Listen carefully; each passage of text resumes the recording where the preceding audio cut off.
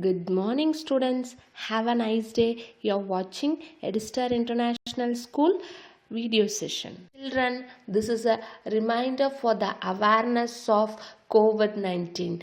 To stop this virus, what we have to do? We have to wear mask when we are going outside, and we should not touch your nose, mouth and eyes unnecessarily, and particularly when you are coming from outside. And you should maintain a social distance because festive season is coming. Maintain a social distance wherever you go, and wash your hands properly.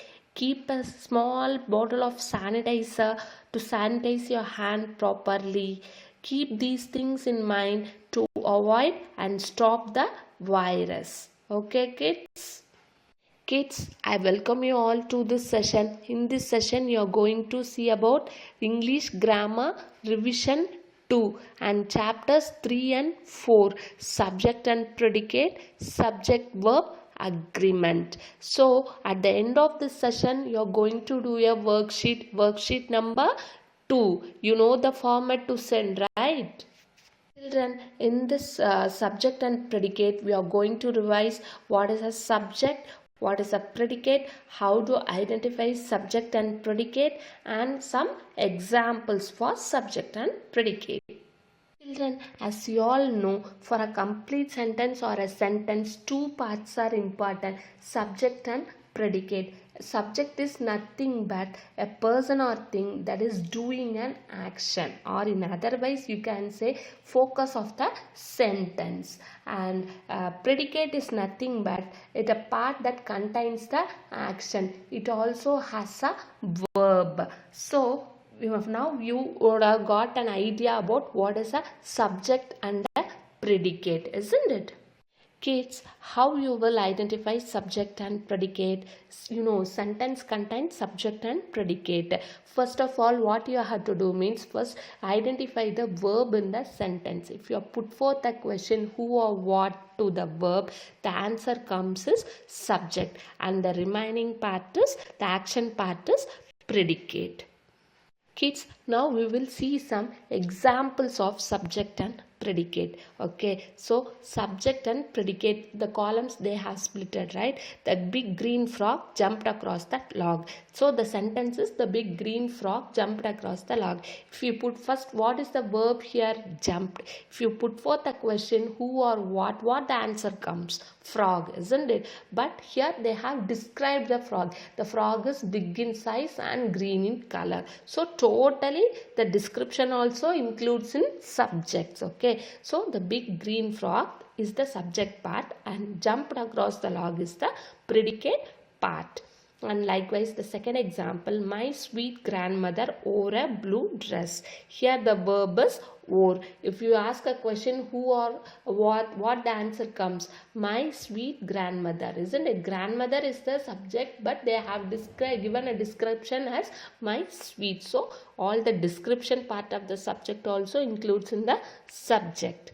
And the old sack blew over in the wind. What is the verb? Blew, isn't it? What blew? If you ask a question means the old sack. Sack is the subject, the description is the old. So the old sack totally comes under the subject. Okay, is it clear, students? Kids, in the chapter subject verb agreement, we are going to revise what is a subject verb agreement, and rules for subject verb agreement. Okay, subject, as you all know, subject is the doer of the action, and verb is nothing but it is an action word. You would have studied in your lower classes, isn't it? And subject verb agreement and rules for subject verb agreement we will see in the upcoming slides. Kids, in the subject verb agreement, the subject and verb must agree with number. Here number denotes singular and plural. Singular subjects take singular verb and plural subject take plural verb. These two are the basic rule for subject verb agreement. See the example. Here two dogs are sitting on the grass in the left side picture. So two dogs, it is plural, right? So the verb used also plural, are. And here in the right side you can see a single dog, so the subject is singular and the verb is used. Is also for singular form, are is for plural form, and is for singular form. Now we will see some rules for subject verb agreement. We'll see the definition for indefinite pronoun. Indefinite pronoun is a pronoun that does not refer to any person, amount or thing in particular. Example, anything, something, anyone. Here the indefinite pronoun replaces nouns without specifying which noun they replace. If it acts as a subject, the verb agrees is singular. Indefinite pronouns like everybody, each, no one, another, anybody, nobody, every, nothing, everything, anyone, either, neither, everybody, someone, somebody, all agrees with a singular verb. Let me see the examples. Here everyone has done their assignment. In this a definite subject they didn't say. So here the indefinite pronoun everyone is used as a subject or act as a subject. So the indefinite pronoun everyone, someone, if it comes to means it will agree the singular verb. So has is a singular verb here. So it agrees with the subject everyone. Everyone has done their assignment. The same one, someone has left the purse. Here someone, indefinite pronoun someone act as a subject and has, singular verb is used. So someone has left the purse. Each of the students is missing his or her homework. Here the word student is the subject, isn't it? So here the word each of the, it comes as a phrase, each of the students. So here it indefinite pronoun act as a subject, each of the students, and it uses the verb is. And everybody needs his or her pencil. Here also the indefinite pronoun is everybody. It agrees with the verb needs. Needs is a singular verb. So everybody needs his or her pencil. Coming to this indefinite pronouns like all, some, none. They may be singular or plural depending on what they are referring. See here, some of the beads are missing. Here the beads is a plural word. Whether you can count the beads, yes, you can count the beads. It is a countable noun. Whatever the noun we can count, it is called as countable noun. So beads here you can count. So it is a countable noun. So here what the verb we used? We use plural verbs. Coming to the next example, some of the water is gone. Here see the noun water. Whether you can count the water? No, we can only measure. So it is water is an uncountable noun, isn't it? Yes. So here the verb agrees is singular. For countable noun we can use a plural verb, and for uncountable noun we can use a singular verb. It's the pronouns neither and either. They take singular verb. Okay. So if in a sentence if neither and either comes means you should use the singular verb. You should not use plural verb. Okay. For example, you can see neither of the two lights is glowing. What is? Even though two lights is plural form, what we have used in sentence neither has come. So we have used the singular verb is. Is it clear? See this indefinite pronouns either or neither nor. If it comes with subject, the verb we have to use according to the nearer subject. What we have to do? We have to use the verb according to the nearer subject. See the example. Either Laya or the girls are going to prepare for the concert. Here in this, Laya is one subject and the girls is one subject. So either Laya or the girls. The ending nearer subject is the girls. The girls is a plural word, so it agrees with the plural verb also. So either Laya or the girls are going. What? Are going to prepare for the concert. See, indefinite pronouns like several, few, both, many, others are always takes plural verb. What it takes? Plural verb. Here see the example. Several are asking the information about the loan procedure. Here the word several, it is an indefinite pronoun. It acts as a subject. Several means it is a plural word. So it agrees with the plural verb. So several are asking the information about the loan procedure. The indefinite pronoun in column A, anyone, no one, anybody, nobody, everyone, everybody, someone, somebody, takes a singular verb. And coming to the next, the column B, most, all, many, a few, takes a plural verb. See this example. Everybody is welcome. Most are here already. Kids, consider if a sentence starts with words like here and there, the subject comes after the verb. Means its subject usually follow the verb. See the example. There are 4 hurdles to jump. The sentence starts with the word there. Okay. The verb used here is are. So after 4 hurdles is the subject, isn't it? Yeah. So after the verb only the subject comes. There are 4 hurdles to jump. There is a high hurdle to jump. Is it clear? See the words like pants, trousers, pliers, scissors, shears, tongs are always plural. Means they are plural words and it always takes the plural verb. If the word pair is used with them, if the word pair, P-A-I-R, is used with those plural words, the verb agrees is singular. The verb comes as singular verb.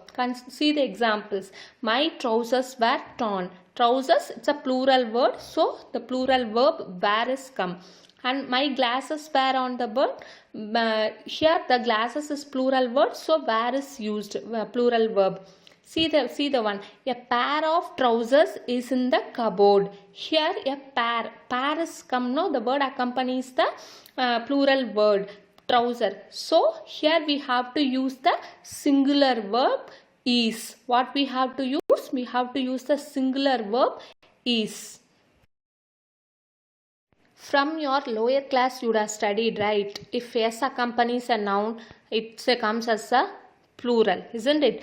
But exceptions are there. More exceptions are there. See this. Some words end in S and appear to be plural, but are really singular and need singular verb. So words like measles, mathematics, news, it ends with civics, it ends with the letter S, but it never takes a plural verb. It always takes a singular verb. See the example. Measles is a dangerous disease.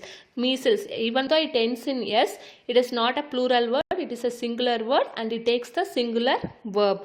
Mathematics is my favorite subject. Mathematics, it ends in S, it is not a plural word, it is a singular one, so it takes as a singular verb. Here expressions telling about amount of time, money, weight, volume, they are plural in form, isn't it? Yeah, but it uses a singular verb. See the example. 7 weeks is a long time. Here 7 weeks, it sounds to be plural, but it takes a singular verb is. Likewise, 10 kilos of chicken is not enough for 80%. Here 10 kilos of chicken sounds plural even though it takes the singular verb is. Coming to the fractional expressions such as half of, a part of, a percentage of, a majority of are sometimes singular and sometimes it uses plural verb depending upon the meaning of the sentence. See the example, 2/5 of the troops were lost in the battle. So here the troops is a collective plural noun. In the troops maybe 10 or 15 more it will be. So in that 2/5 of the troops means you can use plural verb were. In that single troop, some parts of the troop were destroyed means 2/5 of the troop, plural singular verb was used. 2/5 of the troop was destroyed in battle. For a better understanding, consider this example. You are having around 10 to 15 biscuit packets. If you are sharing with your friend, how you will say? 2/5 of the biscuit packets were shared to my friends. And if you are having a single biscuit packet, how you will say? 2/5 of the biscuits in the biscuit packet was shared to my friends. Did you understand the difference? Okay. Now we will get into the worksheet 2. Okay, here see in front page how it should be. English worksheet 2, your name, roll number, date, class. The things should be there in the front page of the worksheet, as we discussed in the previous video. Like that your front page should be, and after that you start writing the worksheet. This is the first Roman letter. Okay, here what you have to do means, I have given some sentence. You have to segregate the subject in the subject column and predicate in the predicate column. You have to write in like a tabular column only you prepare. Okay, so the sun was shining brightly. In that, if it is the subject means you have to write in the subject column. Here the sun is the subject, so write the sun in the subject column. Was shining brightly in the predicate column. Prepare a table, okay, for these 6 questions. Is it clear? Kids, the second Roman letter is fill in the correct blanks. You have to choose the correct answer and you have to fill in the blank. Okay, here the subject must agree with the verb. So 6 questions are there. You have to do by yourself and afterwards check with the answers.